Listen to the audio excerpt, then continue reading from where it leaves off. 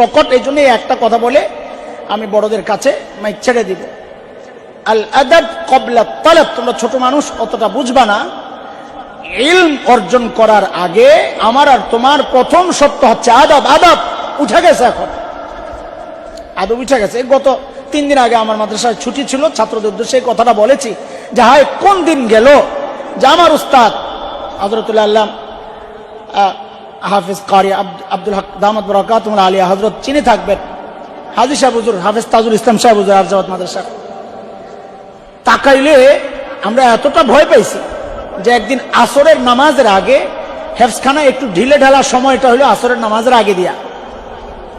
তো দুইজন পাশাপাশি বসে বসে কথা বলতেছি, মাদ্রাসার পাশ দিয়ে এই রাস্তা ছিল তখন আরজাওয়াদের হেফজখানায় 88-র কথা বলতেছি। ওই রাস্তা থেকে জানালা দিয়ে হুজুর শুরু তাকাইছেন, আমি সাথে সাথে পেশাব করে দিছি, সাথে সাথে পেশাব করে দিছি। কি ভয় পাইছি ওস্তাদ। আর এখনো ওস্তাদের কি মহব্বত আর আজমত দিলের মধ্যে লালন করি। শ্রদ্ধার কোন জায়গায় যে আমাদের ওস্তাদদেরকে আমরা রাখি।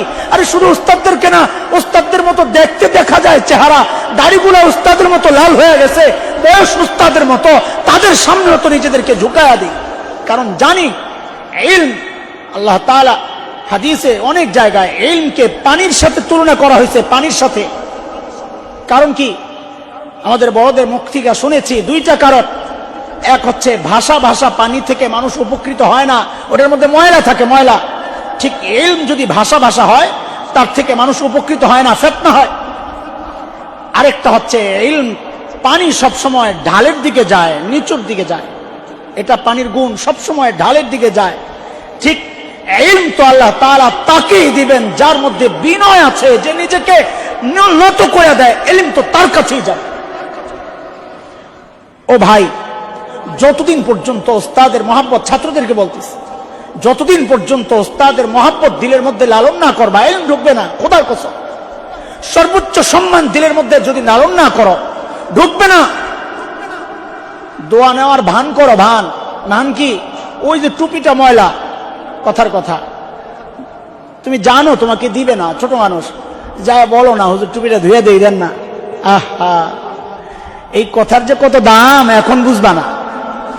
আমাদের মতো যখন একটু বুড়া হইতে থাকবা আর দেখবা কিছু মনে নাই, তখন বুঝবা যে হায় ওই ছাত্র জমানায় যদি ওস্তাদদের আর একটু খেদমত করতে পারতাম। আফসোস করবা, কিন্তু টাইম শেষ হয়ে গেছে। একটু জুতাটা সোজা করে দিবা ওস্তাদদেরকে দেখলে, চোখে চোখে রাইখা কোনোদিন কথা বলবা না। একটা ধমক দিলে এখন বাচ্চারা তাকায় তাকে চোখ বড় বড় করে। কসম, এলেম আসবে না। এলেম এত সস্তা জিনিস না, যাকে তাকে আল্লাহ এলেম দিবেন, গুনাহগারকে আল্লাহ এলেম দিবেনই না। বেয়াদব উস্তাদের সাথে যে বেয়াদবি করে মাদ্রাসার লাইনে, এর চেয়ে বড় গুনাহগার আর কে?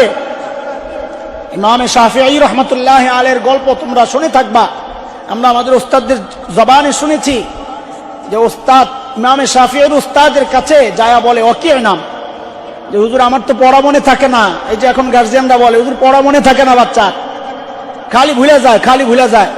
তো উস্তাদ ইমামে শাফিঈকে খুব গুরুত্ব দিয়ে নসিহত করেছেন।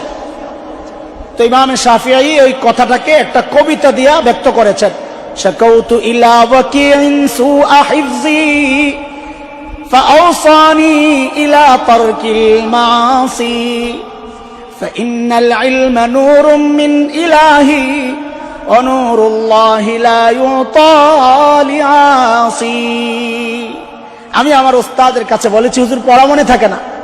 তা আমার উস্তাদ আমাকে ওসিয়ত করেছেন গুনাহ ছেড়ে দাও, কারণ ইলম এটা আল্লাহর নূর। আল্লাহ তাআলা তার এই দামি জিনিস নাপাক জায়গায় রাখবেন না, দিবেন না গুনাহগারকে। এই জন্য ভাই আমার, আল্লাহর ওয়াস্তে উস্তাদদের সাথে বেয়াদবি করবা না, বরং দোয়া করবা। প্রত্যেক নামাজের পর 5টা দোয়া ছাত্রদের জন্য জরুরি। কয়টা দোয়া ভাই? 5টা দোয়া। আমি ইচ্ছা করে লম্বা করতেছি যেন বড়দের কষ্ট না হয়। কথা যা আমার দ্বারা আমি সিলাই মিলাই যাই, বড়রা খালি তোমাদেরকে চেহারা দেখাবেন, এটাই তোমাদের জন্য কামিয়াবি। একটু দোয়ায় হাত উঠাবেন, এটাই আমাদের জন্য অনেক কিছু। কথা শোনা লাগবে না, দেখলেই আমাদের জন্য অনেক লাভ। আলহামদুলিল্লাহ কো, জানো কারা আসছেন না? জানো তোমরা, টের পাইতেছো না? আমরা জানি তারা কত বড় মানুষ। আমাদের মতো হাজারো আলেম আর হাফেজের উস্তাদ সবাই তো 5টা দোয়া প্রতিদিন করব আমরা ইনশাআল্লাহ। ইনশাআল্লাহ 1 নাম্বার হচ্ছে নিজেদের জন্য দোয়া করব আল্লাহর কাছে, আল্লাহ আমার জেহেন জাকাওয়াত বাড়ায়া দাও, হিফজ করা সহজ করে দাও, এইভাবে নিজের জন্য দোয়া করবা। 1 নাম্বার নিজের জন্য দোয়া করা। বলো কার জন্য? 2 নাম্বার নিজেদের বাবা মার জন্য দোয়া করা, যারা চাইলে তোমাকে স্কুলে পড়াইতে পারতেন, করেন নাই, তাদের জন্যও দোয়া করা। সুস্থতার জন্য দোয়া করবা, নেক আমলের দোয়া করবা। 3 নাম্বার নিজেদের উস্তাদদের জন্য দোয়া করবা। কয়টা গেল ভাই? বলো বলো। 1 নাম্বার নিজেদের জন্য দোয়া করা, 2 নাম্বার মা বাবার জন্য দোয়া করা, 3 নাম্বার ওস্তাদদের জন্য দোয়া করা, 4 নাম্বার দোয়া করবা মাদ্রাসার জন্য। কি দোয়া করবা?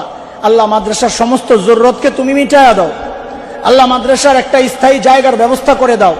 তোমরা চোখের পানি ফেললে আল্লাহ তাআলা জায়গা দিয়ে দিবেন ইনশাআল্লাহ তাআলা। 5 নাম্বার দোয়া করবা মাদ্রাসার সাথে যারাই সংশ্লিষ্ট সম্পৃক্ত, অর্থ দিয়ে, সময় দিয়ে, শ্রম দিয়ে, ফিকির দিয়ে, পরামর্শ দিয়ে যারাই মাদ্রাসাকে সহযোগিতা করেন, আমাদের রানা ভাই সহ আরো যারা আছেন, যারা মাদ্রাসাকে মহব্বত করেন, সবার জন্য, মাদ্রাসার হিতাকাঙ্ক্ষী যারা, সবার জন্য দোয়া করবা। আল্লাহ প্রত্যেকের এই মেহনত আর এই কাজকে তুমি নাজাতের ওসিলা বানায়া দাও। এইভাবে দোয়া করবা ইনশাআল্লাহ। কয়টা দোয়া ভাই? কয়টা দোয়া? 5টা দোয়া। আর আমাদের এই সমস্ত বুজুর্গদের জন্য মাঝে মধ্যে দোয়া করবা, আল্লাহ তাআলা যেন তাদের নেক হায়াত অনেক বেশি বাড়ায়া দেন। ওনারা চলে গেলে তো আমরা এতিম হয়ে যাবো রে ভাই, ওনারা চলে গেলে আমরা এতিম হয়ে যাব।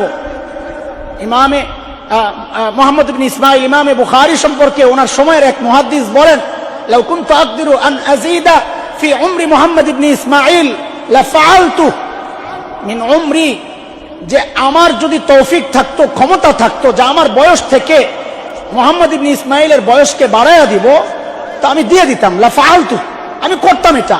কেন?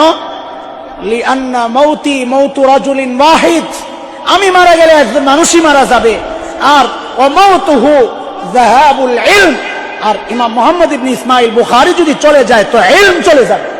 আরে ভাই, আমি আর তুমি মরলে একজন মানুষ মরবে, আর এই ব্যক্তিগুলো মারা গেলে এক একজন মারা যাবে, মানে এক একটা প্রতিষ্ঠান মারা যাবে, ইলমের বড় বড় জাহাজ মারা যাবে। এই জন্য এই সমস্ত বুজুর্গদের জন্য আল্লাহ তাআলা লম্বা নেক হায়াত দান করেন। জোরে বলো আমিন। আমিন। বেয়াদবি মাফ করে দেন হযরত, সবাই আমার উস্তাদ। আল্লাহ তাআলা যেন আমাকেও আপনাদের মতো কবুল করেন, আপনাদের পেছনে পেছনে চলার তৌফিক দান করেন। আমিন। ওয়া আখির দাওয়ানা আলহামদুলিল্লাহ।